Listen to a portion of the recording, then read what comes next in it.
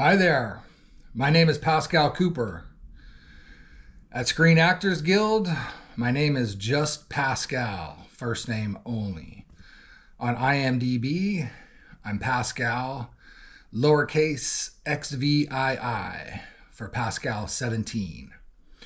So I guess there's 16 other people that wanted to just be Pascal, first name only, before me.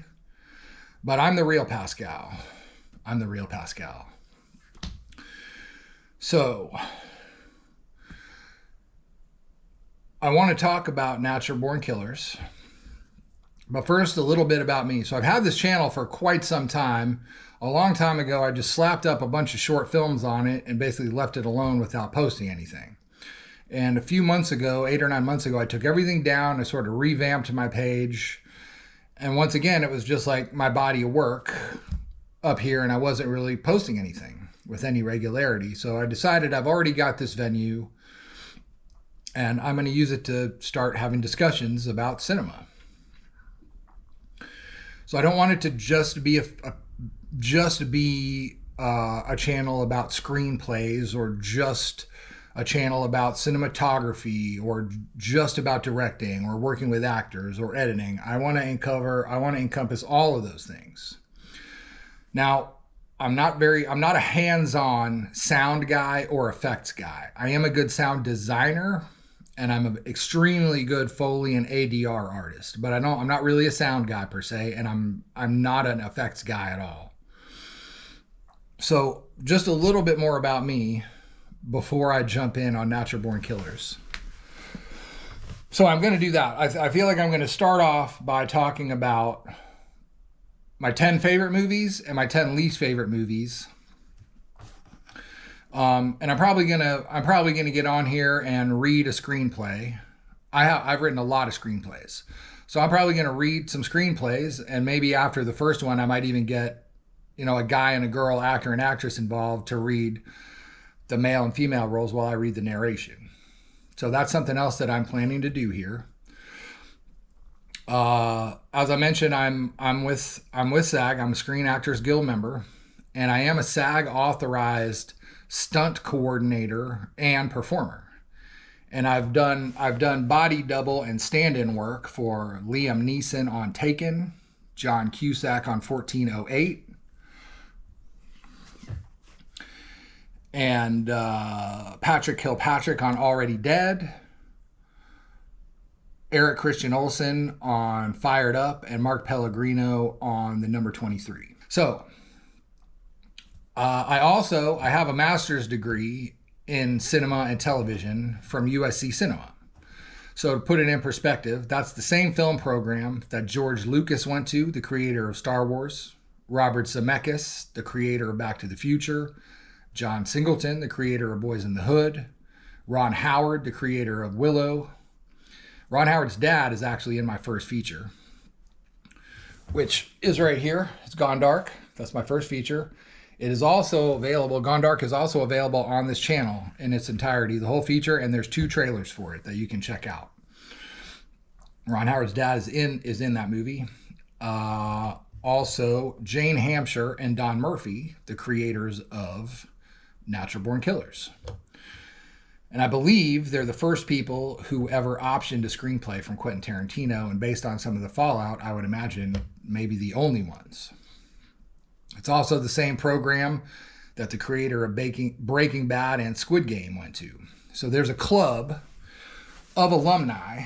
It's a feature film club only, so no TV guys. It's for features only. So if you've written, produced, or directed, which would be considered above the line, that's what's called above the line.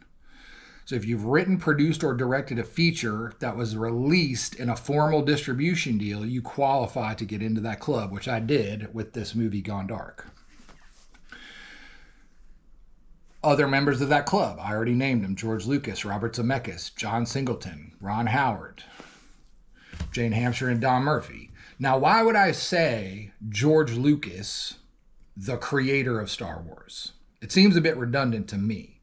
But I realized recently in a couple conversations I had that I said George Lucas to someone, and I could tell they had no idea who that was. And when I said, the creator of Star Wars, they were just kind of like, oh, like they did not correlate that. And so I had another conversation where I specifically asked someone if they recognized the name Robert Zemeckis, and they didn't. And I said, oh, it's the creator of Back to the Future. And I got a blank look from them, like they didn't even know, had never even heard of Back to the Future. So I think there's a point where once you're younger than Gen X, those people are not correlating filmmaker names of these movies that in the Gen X era were cultural phenomenons, basically. So, and I don't think Star Wars is a cultural phenomenon anymore. Like when the original Star Wars came out, I mean, I was a kid. I was probably like 3 when the first one came out or something. So, New Hope, Empire Strikes Back, Return of the Jedi, 4, 5, and 6. I mean, these movies were a cultural phenomenon. Now, I think even for people who are into it, who love Star Wars, it's not a cultural phenomenon. It's just another movie. Okay, so I'm in a club of USC alumni that includes some big shot film directors. So that's a little bit about me. I think that's enough about me. Since this is really the first video I've done like this, I wanted to address like who am I, why am I talking about this stuff a little bit.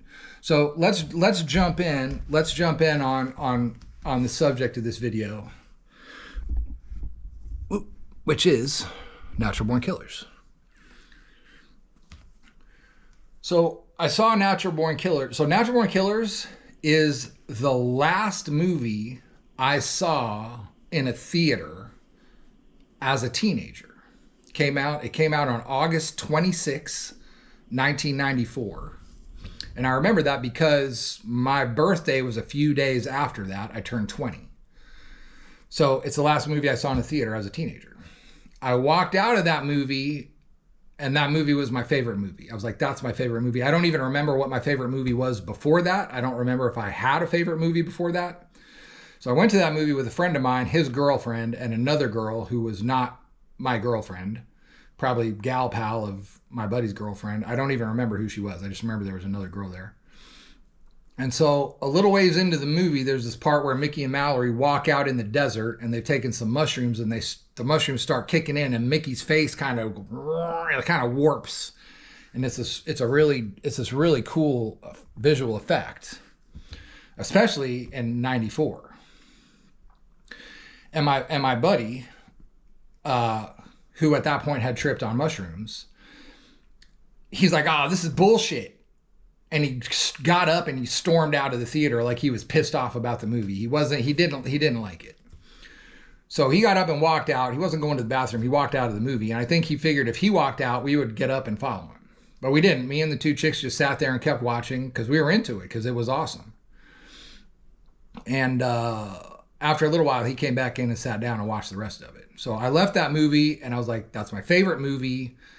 It blew me away on a visceral and subliminal level. And I don't think on an intellectual level, realized like that I thought this was the greatest movie of all time. It was just my favorite movie and I loved it. So I realized that Natural Born Killers in the zeitgeist is nowhere in the discussion of greatest piece of cinema ever created. It's just not in that discussion. So I'm going to make an argument for it being just that, the greatest piece of cinema that's ever been created, because I think it is.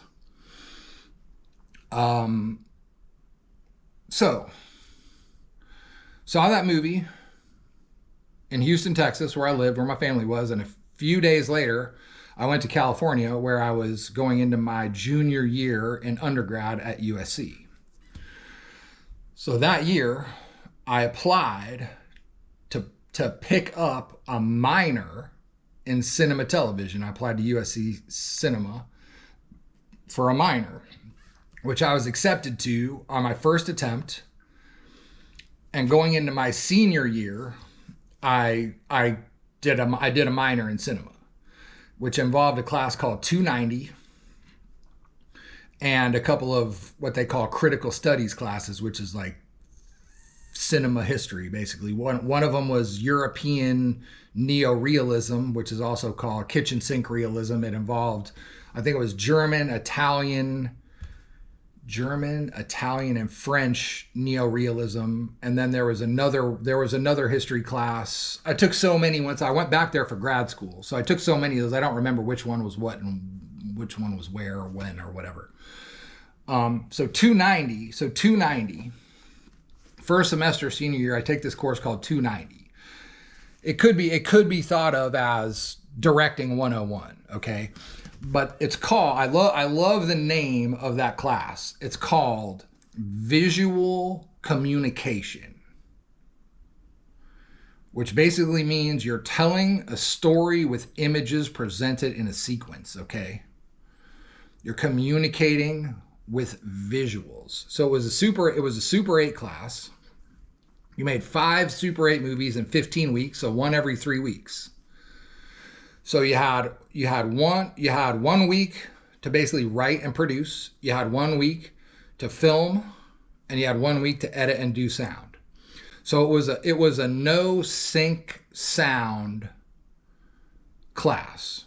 So you could like play a song with it, right? But you couldn't sync up people talking.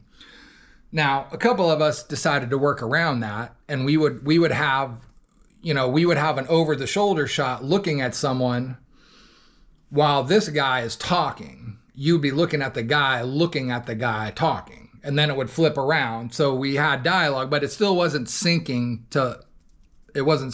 right? And if you wanted to be ambitious, you could, you could probably sync up a couple of gunshots, but you're basically playing it on a Super 8 projector with playback on a cassette tape, on a cassette tape player. And there's no way in 5 to 10 minutes that's going to actually sync, so you might have like bang, something like that. So sound, no sync sound or dialogue. And so my teachers, and we had 2 teachers, and one teacher was emphasis more on aesthetics and one was more emphasized on mechanics. I'm going to give a shout out to those guys because they were fantastic teachers. I don't see why they would have a problem with me calling them out. It was a guy named Jack Oswald and Mike Gonzalez. You guys were awesome. You guys both wrote me a recommendation that got me into grad school. Thank you. If you guys are out there and you happen to see this, I loved your class. I loved you guys. Thank you so much for the recommendations that got me into the master's program. Jack and Mike were awesome. I don't remember which one was the aesthetics guy and which one was the mechanics guy. I think Jack was aesthetics and Mike was mechanics, and it didn't really matter because we were both, everyone was contributing to everything. So I remember on the first day of that class, one of the first things we talked about was the criteria in which you evaluate the quality of a movie. So like, how do you criticize a movie? How do you judge a movie? And the criteria was this: how successful is the movie at what it intended to be or do? And that criteria is one of the reasons that I think Natural Born Killers is so successful. And I'm going to get into that as we go through this more. I'm going to get into that. So another thing I want to mention about the Super 8 class, and now I sort of segue into Natural Born Killers. So in the Super 8 class, 290, visual communication, we had three kinds of film stock, okay? We had Kodak Ektachrome, we had Kodak Kodachrome, and we had Kodak Plus X, which was a black and white film stock. Now, Ektachrome and Kodachrome had different grains, okay? So one was glossier and one was grainier. And that has to do with what's called ASA or ISO. That's the same thing. ASA and ISO are the same thing. And I have no idea what those initials stand for. I absolutely could not tell you. I don't know if I ever knew and I forgot or if I don't actually know. But it has to do with the film quality, the graininess and glossiness of the film stock. And I don't remember which one was which. So just to paint a picture, because this is going to address the natural born killer situation. Let's say you have a movie about an old lady dying of Alzheimer's disease, which is actually what my second feature film is about. And that film is completed but not released yet. So you could have the old lady in the present in her old age, and the film stock could be grainy, right? Because her memory is a shambles. She doesn't remember anything, right? It's like all garbled up. So the film stock could be grainy. And then if you flash back to when she snaps out of it, there's episodes where they snap out and they remember things, and everything in the present becomes real, and they can remember the memories that are sort of being erased. So the memories of her 20, 30 years ago, or even when they're a little girl, a child, could be on a glossy film stock. So it's like the present is grainy and the flashbacks are glossy because the memories are clear. You could do that with black and white, right? So you could have the present is black and white. Someone has a dream and it's in color, or vice versa, right? So you've got different film stocks to indicate whatever you want to use them for. Present, past, states of mind. One could be this character's thought process. Now you're in this character's head. That's what's going on in Natural Born Killers. And so what I did not know when I applied to USC Cinema, I did not know that the creators of Natural Born Killers went to that program. A lady named Jane Hampshire and her partner, Don Murphy. Okay. I didn't know that. So they had gone through 290. Basically, everyone in every department, I believe, took 290. Whatever track you were on. If you were on the writing track, if you were on a cinematography track, if you were on producing track, everybody took 290. So we were exposed to this different film stocks. Okay. Now I've heard Natural Born Killers be referred to as a giant student film.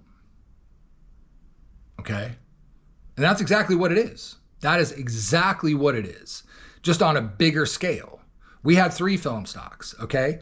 They had probably 5 or 10 different models of Super 8 cameras. Every Super 8 film stock you could get your hands on. 16 millimeter, Aries, Aries-S's, Aries SR2s, Bolex, Beaulieu, 16 millimeter, black and white, color, different ISOs, different stocks, different grains. I believe they shot it on 35 millimeter Panavision was the main one. But I mean, you've got in the beginning, the scene in the diner, it's 35 Panavision. It's super glossy and bright and shiny, and all the colors are vivid and saturated. And they just have a multitude of film stocks. And then there's parts where they go out in the desert and they're tripping on mushrooms, and it goes into Super 8 blown up to 16, so the grain pushes even more, and they push the ISA. You can basically push ASA, so it goes grainier as it goes higher. Okay, so ASA is going to be, the lowest one is going to be 100, and then you can push it to stop. Then it goes 200, 400, 800, 1600, 3200, 6400, and you can push them a stop or two in between those official breaks. So on Natural Born Killers, they didn't just have Ektachrome, Kodachrome, Plus X. They had every Super 8 film stock, many cameras, all kinds of 16, all kinds of 35s, and they got stuff that's super grainy. They got super glossy. They got stuff that's shot on Super 8, 32, 6400 ASA, push to stop, drag nails across it to make it look all grainy, like it's been eaten up going through a projector. So you've got every kind of film stock and film cam. This is before digital, okay? So you got every kind of film stock, every kind of camera available, and they're using them all. You've got the I Love Mallory, which is a spoof on, I Love Lucy, and you basically got part of the movie is shot like a TV show. You've got, if you remember, they cut away to the old school Coca-Cola commercials with the polar bears. So you've got motion picture film, you've got television room video stock, you've got commercials. You basically encompassing every aspect of this media is involved in this production. Now, in regards to, wait, let me slow down and think about where I want to go, because I don't have, this is all in my head. I don't have notes.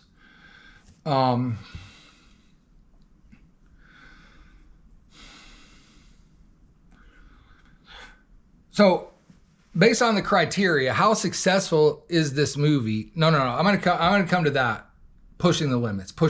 I'm gonna come back to that. So let's look at the people involved in the Natural Born Killers production. Okay, you've got a screenplay by Quentin Tarantino, who would win an Oscar for original screenplay for Pulp Fiction later that year. So you've got an Oscar-winning screenwriter, and just let me caveat the whole Oscar thing. Like, I feel like Oscars were a bit more relevant 30 years ago than they are today. Like, I don't feel like they carry all that much weight anymore, and that just might be my own perspective on it. But anyway, I don't want to make it sound like an Oscar is like the end-all, be-all. But you're probably not winning an Oscar unless you've been around for a while or you do something pretty amazing, right? And sometimes they give people an Oscar because they should have got it the year before that or something like that, or maybe they've been nominated 7 times and now it's their turn, but there's generally gonna be some value behind that, okay?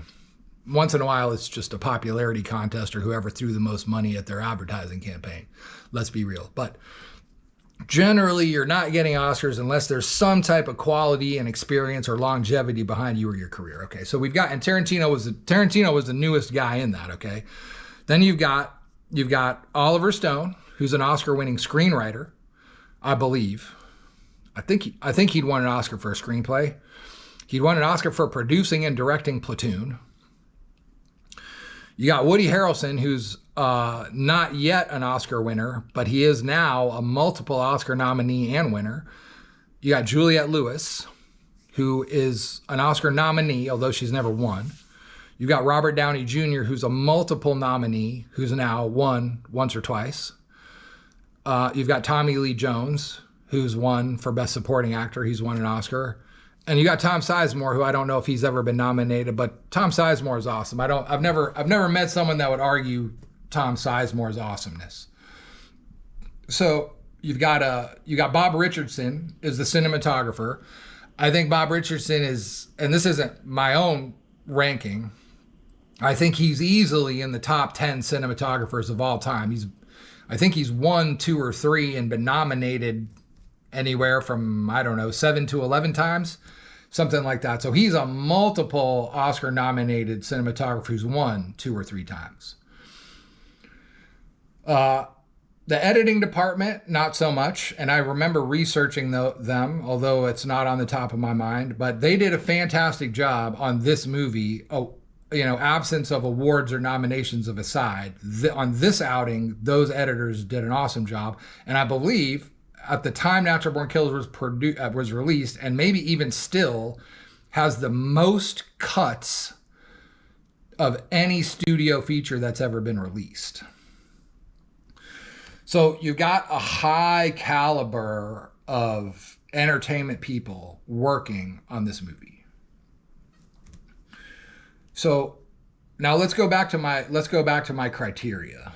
What else did I want to mention? So Woody Harrelson is in his first leading role in a feature. Natural Born Killers is his first lead in a feature. Now, Juliette Lewis, it's not her first lead. She was the lead opposite Brad Pitt in California. And she was also the solo lead in a made-for-TV movie called Too Young to Die. And Brad Pitt is actually featured in that movie as well. And I have to say this, I crush on Juliette Lewis. I crushed on her since I saw that movie, Too Young to Die. And she was probably about 15 or 16 when she made that. And I was fortunate enough to hang out with her a couple times. I chatted with her one time at the MVPA Awards, which is a music video thing. And then I actually got to hang out with her in the basement of the Key Club after her band Juliet and the Licks played a show there, probably around 2007. She's cool. So, but yes, I crush on Juliette Lewis. I think she's awesome. I think she's a fantastic actor. I think she's the sexiest woman that's ever been an actor by far. Like, I think she blows that away. Not necessarily the hottest, but definitely the sexiest. Tommy Lee Jones, I love you. Val Kilmer should have won the Oscar for Tombstone that year, and he wasn't even nominated. So no shade at you, but I always felt like that was a big snub on Val Kilmer. We're gonna tie Val Kilmer into Natural Born Killers later, so I did want to bring him up. Okay, so back to the criteria. How successful is this movie at what it set out to do, what it set out to be? Okay, now I don't have a manifesto or access to some notebooks or anything where Jane and Don sat down and said, we're going to make something experimental and existential and aggressive and like I don't know of a manifesto like that exists. But based on the material alone, what they did with the excessive amount of editing, and you've got like Mallory is assigned a color, right? Anytime Mallory's going to whoop somebody's ass, it goes to lime green, the key lime pie, right? The key lime pie, right? Woody, let's give that key lime pie a day in court and a big old glass of non-fat milk, if you please, right? So he's eating the key lime pie while Mallory's at the jukebox, and the green on the jukebox matches the key lime pie, and later on it matches the green filter they put when she's about to kill Balthasar Getty in the mechanic shop. So Mallory's color is lime green. It's glossy lime green, okay? So, and it's like you've got 35 Panavision is like now, okay? It's the present. It's the world you're in. But then, like I mentioned, I don't need to mention all of them again, but you've got all these different film stocks, right? So it's like now you're in Mickey's head. Now you're in Mallory's head. Now you're in the prison. Right? It goes black and white grainy. Now you're in McCluskey's head. Now you're in Scagnetti's head. So it's this film stock and that film stock and this film stock and cut. So it's aggressive. They set out to do something aggressive, okay? It's balls to the wall filmmaking. It's experimental, right? No, I've never seen a movie that does this much. I've never even seen another movie that did what they did in another 30 years. So they were playing with the medium, which is what I love. Now, did everything work? Did they hit the nail on the head 100% of the time? No, but that's cool. They're going for it. Okay, they let it all hang out. So put it in perspective, okay? Natural Born Killers gets rated X for violence by the MPAA, which I believe it stands for Motion Picture Association of America, I think. So they get an X rating for violence and chaos. And Oliver Stone says to the MPAA, well, what do I need to cut? And they're like, just make it less chaotic. So he cuts out 1 minute and 51 seconds, brings the X rating down to R. The director's cut is X. And that includes Tommy Lee Jones, McCluskey's severed head being stuck on a spike, and during the riot, they're like bopping the spike up and down, and you can see Tommy Lee's head like going up and down, his severed head, right? So that got cut out. That got cut out of the R-rated version. And I think they just, in general, reduced the amount of cuts so it wasn't so chaotic. But you basically rewind the clock to 1971. A Clockwork Orange, Stanley Kubrick's A Clockwork Orange, originally gets rated X for violence. And I don't know what that process was, if it was MPA or what, but originally Clockwork Orange was rated X for violence. They may have tweaked it or whatever they did to get that released.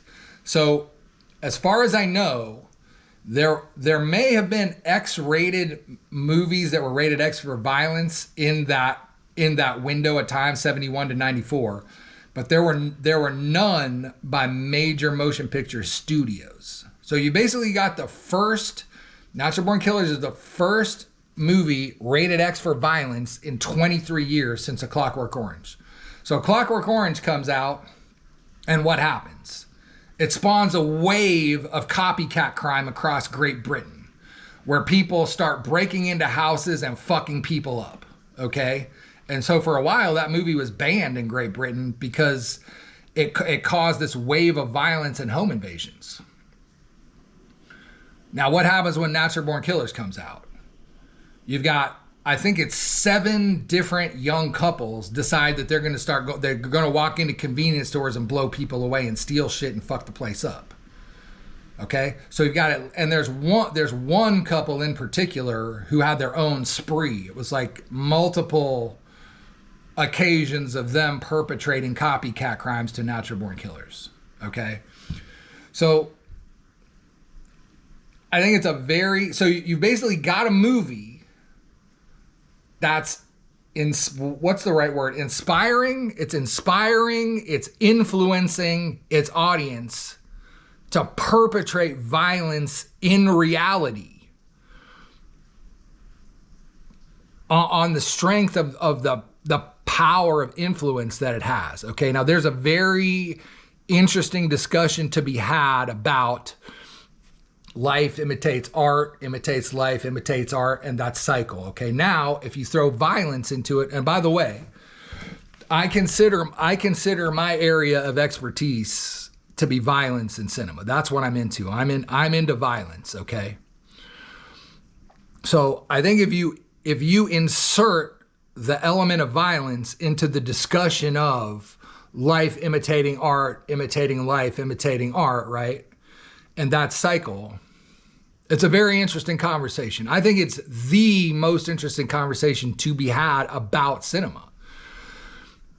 Now, there's a theory about violence in cinema, which is this: if you want to portray something violently, you have the violence appear just outside of the frame, so that the audience is gonna imagine the gnarliest. They're gonna imagine that it happens in the gnarliest way they can. Okay, just a quick reference: Reservoir Dogs. Mr. Blonde cuts the dude's ear off. Where's the dude? He's right over here. You don't actually see him like do that and take a razor and slice his ear off, right? So I don't like that theory, personally. My theory is show the audience something gnarlier than anything they're gonna imagine. And don't do it off screen, do it in the frame, okay? So anyway, so let's just talk about that issue, life imitating art, imitating life, okay? Early 1980s, they come out, oh, dude, I'm gonna forget the guy's name. They come out with Miami Vice on television. Tubbs and Crockett, okay? They're wearing baggy pants and Hawaiian shirts. And boom, the entire country like that is wearing baggy pants and Hawaiian shirts. If you go into Macy's or Foley's or Nordstrom's or wherever you shop, it's like baggy pants and Hawaiian shirts. Okay, so as simple as something like that, you put Tubbs and Crockett in baggy pants and a Hawaiian shirt, and boom, the whole world, at least, let's not say the whole world, America, that was like the thing in the 80s. Jams, baggy pants, Hawaiian shirts, dude. So what you put on film, so maybe Michael Mann saw someone in baggy pants and Hawaiian shirts and he's like, that's cool. And as an artist, he's like, I like these guys' style. I'm going to put that style on my actors. Maybe he didn't. Maybe that's just what he liked. And he's like, I'm going to put that on my actors. He puts it on his actors. Tubbs and Crockett are wearing that shit. And boom, everybody in reality is wearing that shit. So now I've seen Quentin Tarantino refuse to discuss this topic, which I think it's annoying, and frankly, I think it's kind of cowardly. I've seen interviewers ask him about the influence and causality of the portrayal of violence resulting in violence actually being perpetrated in reality. And I've seen him just get up and be like, this interview's over, and walk out. I'd personally be happy to talk about it. I think it's a very interesting subject, and I'm going to address it a little bit more right here. So I think just take the fact that you've got 7 different pairs of young couples going into convenience stores and blowing people away because they saw Natural Born Killers. To me, that's a movie that is succeeding. It's like, back to the criteria. How successful is this movie at what it set out to do? They set out to make something chaotic and aggressive, and in return, they've inspired chaos and aggression in reality. That is pure success, okay, in cinema. Now, if I go back to that Italian and French and German neorealism class, I had a discussion in that class where I brought up Natural Born Killers. And this is fresh. Like, when I was in that class, Natural Born Killers was only a year or two old, right? Now, I mentioned this. It was probably because of something we were talking about in that class. And I said something to the effect of, like, Oliver Stone must be thrilled, right? Like, he's made this movie that bears enough influence for people to go and copycat him, and he must love it. He must be, like, twisting his little mustache, like, they're copying me, right? And the whole class was furious at me. They're like, no, that's totally evil, that he couldn't possibly think that. He must be like, oh no, people are perpetrating violence because they saw my movie, and he must be completely disappointed that his movie had that result. And I'm like, no, he's not. He's thrilled. He's peeing his pants over being copycatted in reality, of course. The teacher didn't agree with me. No other student in that class agreed with me. And so a few years later, I graduated undergrad. I took a year off. I applied to USC Cinema for a master's degree and got in again on my first try. Again, thank you, Jack and Mike, for your recommendations. And so while I was in my master's program, Oliver Stone came to our campus and gave a seminar in a big auditorium. And I remember one thing everyone's talking about is he advocated heroin use to the entire student body. Like, he said you should do everything once, and some kid was like, should we shoot heroin? And Oliver Stone is like, look, you only live once, you should try everything at least once. And like, everybody was like, dude, Oliver Stone just told the whole student body to shoot heroin. It wasn't quite that direct. But anyway, so I followed Oliver Stone after that. He walked from, it was Wade Phillips Hall. He walked over to the loading dock at USC Cinema, where he was waiting to be picked up by Jane Hampshire, who I recognized right here. I recognized her from this picture. She was the lady driving the car that picked up Oliver Stone. Now, she wrote this book called Killer Instinct. Now, I'm not getting paid to plug this book. I love this book. I love this movie. So I'm plugging it. This is probably the most informative book I've ever read on filmmaking and the filmmaking process, okay? It's called Killer Instinct. So anyway, Jane Hampshire was the lady driving the car that picked up Oliver Stone. So while he was waiting for her to pick him up, he was just hanging out there. He's by himself. And I walked up to him. I remember I was wearing a Danzig shirt with the big skull with the horns on it, khaki leather jacket. And I walked up to Oliver Stone and I introduced myself. I said, I'm doing cinema here. And I said to him, so on the Natural Born Killers director's cut special features, a whole bunch of dope special features on the director's cut. There's an interview with Oliver Stone where they're talking about that, about did he cause these audience members, what's the cause and effect relationship of his movie and them doing that? And it's like, is it your influence that caused these people to go do that? And he's like, no. He's like, everyone's responsible for their own actions, which of course is true. But I think to deny the fact that you're aware that you have that influence over people is denial. So I just said to him, I was like, that's bullshit, right? And you know what he said to me? He said these exact words. He said, of course. But if I said that publicly, I would spend the rest of my life fighting lawsuits. Maybe that's why Quentin Tarantino doesn't want to talk about it. So he knows that the image has influence, that it bears influence over the audience. So I think this speaks to the strength of Natural Born Killers. Okay, I think I've covered that. Now we're going to sidestep onto a couple other things. So it's hard to have a conversation without Natural Born Killers without involving a couple of other movies. So,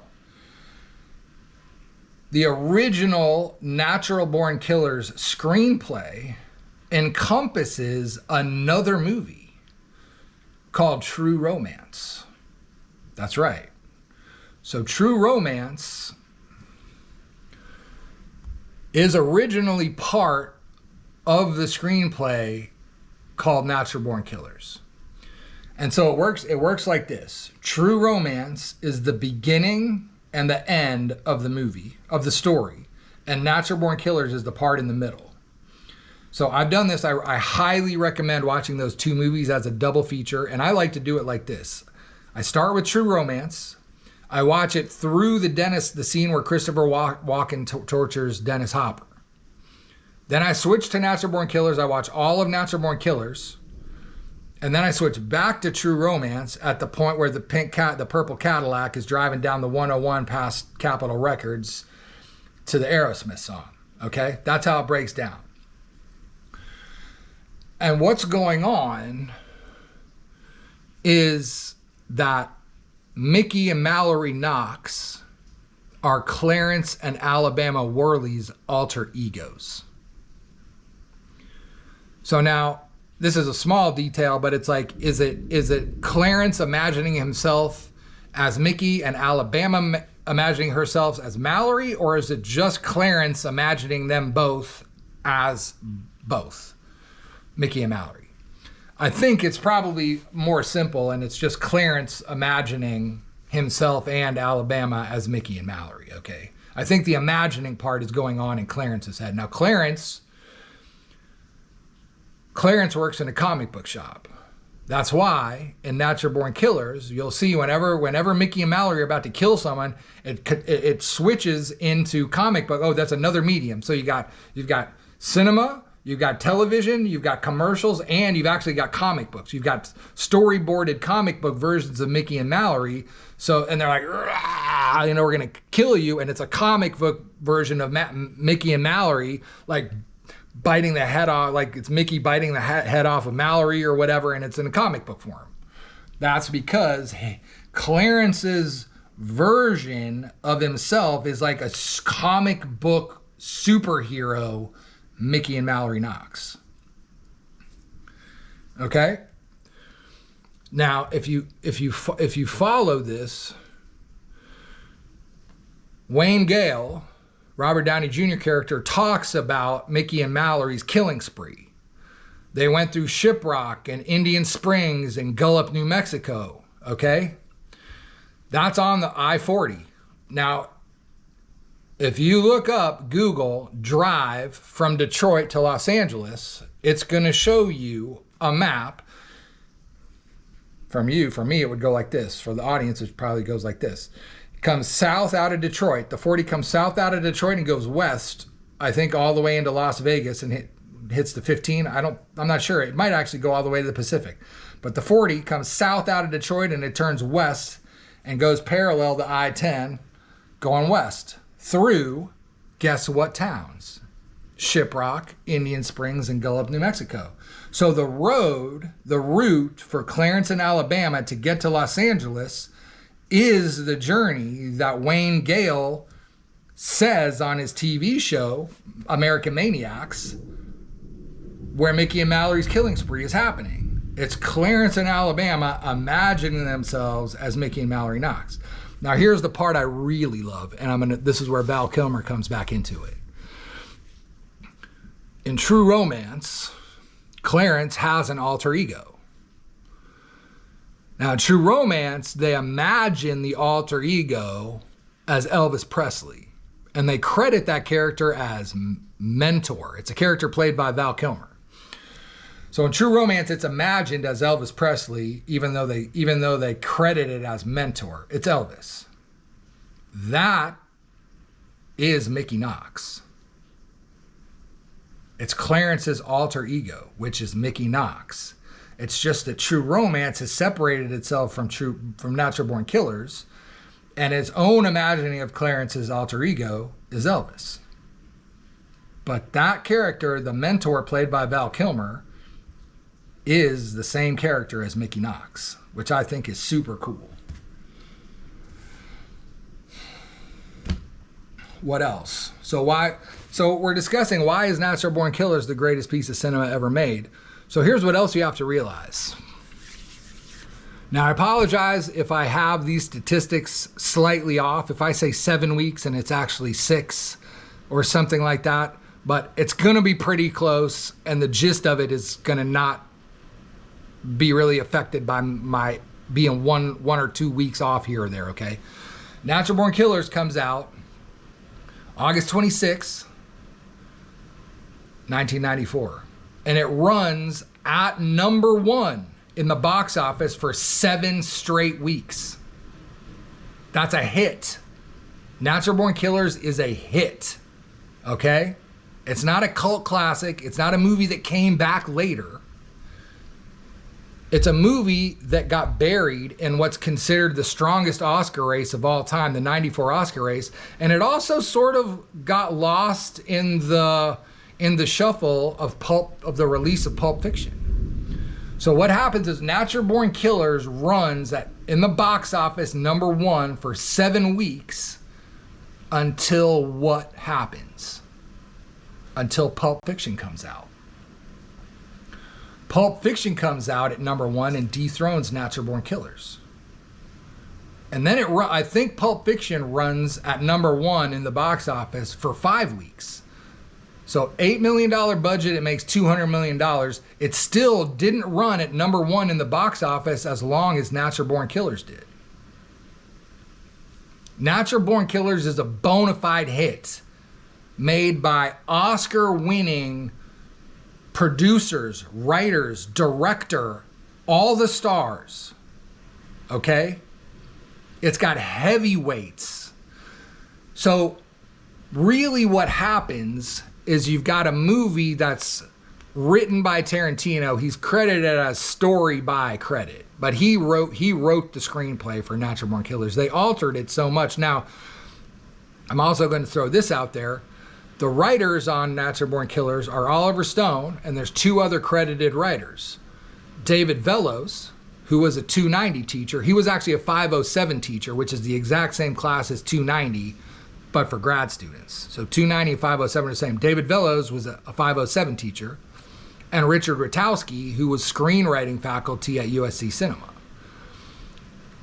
Now, I'm also going to throw this in since I mentioned Richard Ratowski. In the book over here, in Killer Instinct,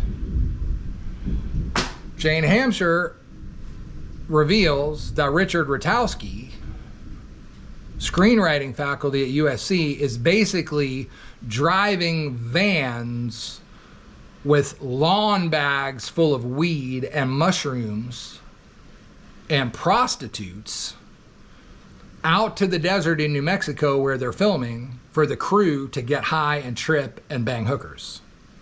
And then they run out of drugs. The hookers have gotten tired out. He drives them back to LA and comes back out to the desert with new drugs and a fresh batch of hookers. So the credited screenwriters on Natural Born Killers are also USC Cinema faculty. Okay?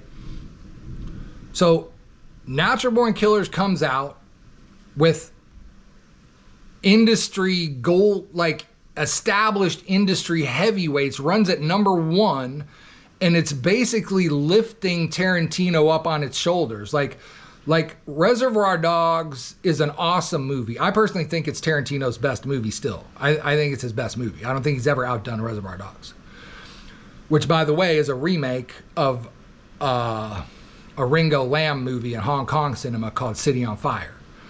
that's maybe another discussion, but it's at least worth mentioning. So Tarantino is known in industry circles as the guy who did Reservoir Dogs, as the guy who won Sundance with Reservoir Dogs, but he's not a household name. Like, nobody really knows who Tarantino is. Maybe you've also seen him on the credits as a screenplay for True Romance, which came out, I believe it was November of '93, so like 8 or 9 months before that. So the buzz for Tarantino is that he's the story by guy. He's the guy that wrote Natural Born Killers, which is a #1 box office hit for 7 weeks. Pulp Fiction comes out while Natural Born Killers is still #1 and stands on Natural Born Killers' shoulders. Everyone's like, oh, so this Pulp Fiction thing is from the writer of Natural Born Killers, which everybody loved, which was kicking ass at the box office. Okay? Now think about Pulp Fiction. Tarantino's unknown. He's basically unknown. He's known in the industry. He's unknown to the public. Nobody's heard of John Travolta since Welcome Back, Kotter. No one's ever heard of Samuel L. Jackson. No one's ever heard of Ving Rhames. No one's ever heard of Uma Thurman. The only person that has anything to do with Pulp Fiction that's recognizable, that's a box office draw, is Bruce Willis, and he's got a cameo. Okay? So really, a lot of the success of Pulp Fiction stands on the shoulders of Natural Born Killers. Now, if you want to compare these things, the Pulp Fiction had a huge influence on everything that happened after that, right? Everybody was trying to make movies where we're going to chop the screenplay, which is what Natural Born Killers was doing with their editing. But all of anything that could be considered cinematic happens in the screenplay. And rightly so, Tarantino and Roger Avery get their Oscars for Best Original Screenplay. Rightly so. I don't feel like anything else cinematic is really going on with Pulp Fiction. They're not playing around with film stocks, with grains, with different cameras. There's nothing particularly special about the cinematography. Maybe there's some cool shots. Maybe there's some cool composition, but it's far less sophisticated than what's going on with the cinematography and the cameras and the producing and the editing in Natural Born Killers. Okay? So, and yes, it had a lot of influence. Undeniable. Pulp Fiction. Let's imagine the opposite way. Let's say it happens the other way around. Okay? Pulp Fiction comes out first, on the strength of nothing really coming out right before it. It comes out on the strength of an unknown director, 3 actors nobody's ever heard of, an actor no one's heard of in a decade, and Bruce Willis in a cameo role. Okay? Pulp Fiction would have still done well. I'm not gonna try to say it wouldn't have done well. Okay? On the strength of its own merit and its style, word of mouth, Pulp Fiction is still gonna do well. Let's say instead of a 5-week run at #1 on the heels of Natural Born Killers, it runs at 4 weeks at #1, and then continues to run for a while, just not at #1. And it's still running when Natural Born Killers comes out. And on the strength, imagine the buzz that Pulp Fiction generated. And Natural Born Killers comes out on the buzz of that. It's like, this movie is written by the director of Pulp Fiction. Now, a movie that on its own merit, on its own composition and marketing, with household name over the line, stars, established A-listers, instead of running for 7 weeks what it did on its own strength, now it comes out on the heels of Pulp Fiction's buzz. Natural Born Killers is going to run at #1 for, instead of 7 weeks, for 9 weeks. The rest of the year. Natural Born Killers will be #1 for the rest of that year and continue running into 1995.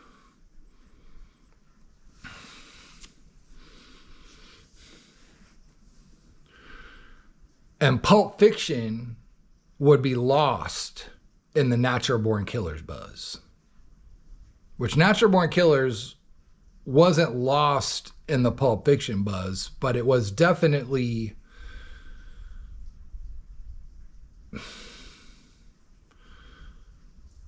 It definitely faded. It faded in the buzz of Natural Born, of Pulp Fiction.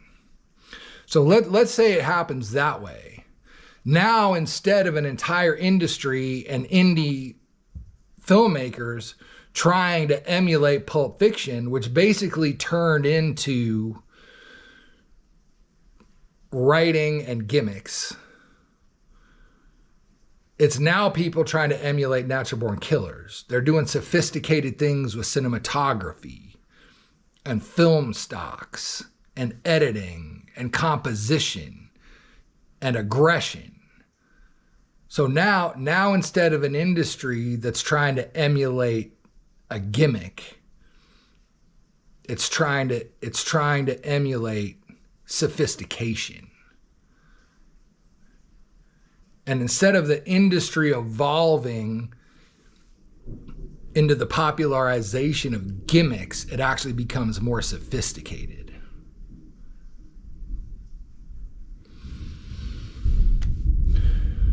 And so there it is. I feel like I've covered my discussion, my argument for why Natural Born Killers is the greatest movie that's ever been made. I hit all the main points. I discussed them. And so yeah. And like I said, I'm planning to continue using this platform to discuss movies. I'm going to talk about my other 9 top 10 favorite movies, 10 movies that I really don't like. And I think next time around I'm just going to read one of my screenplays. Thanks for tuning in. The Real Pascal. This is Film Talk with The Real Pascal. Thanks for coming. See you next time.